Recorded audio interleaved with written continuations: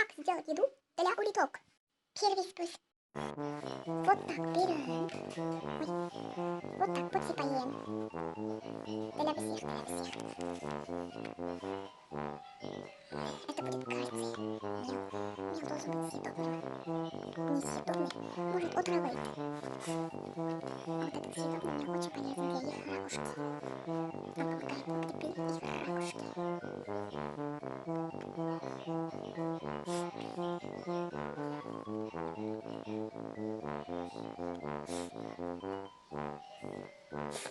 Если они не будут, не хотят есть мел просто так, надо сделать вот так.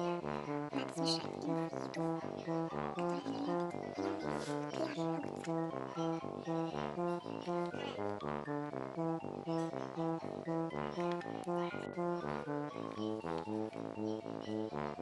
если они вообще не хотят есть, можно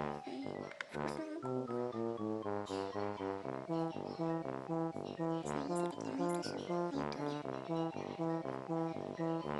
Так, у меня 6 было 7. Одну подарил дочке, мамы. Нет, дочке, сестре, моей папы. Дочь двоюродной сестре.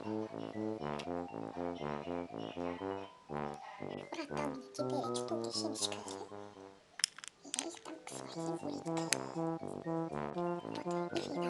Второй способ. Самый простой способ — это съесть помидор, яблоко, такие вещички, и дать им эти обгрызки.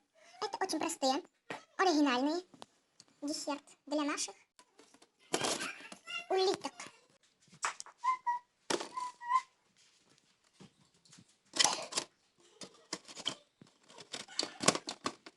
Третий способ. Берем салат, берем помидор, берем семечко, берем Hot Wheels нашего брата. Отдай! Не дам. Это как доширак, но вегетарианский для наших улиток. Вот так поставляем. И вот так закрываем. Закрой рот, Кайфар. И просто вот так вот готово. А нет, не готово. И немного вот так вот щемечка, если хотят. И мел. У меня они любят щемечка. Им всем понравился первый мел на огурцах. И второй, самый оригинальный, простой. И третий, доширак. Но побольше им понравилось доширак. Ставьте лайки и подпишитесь на канал.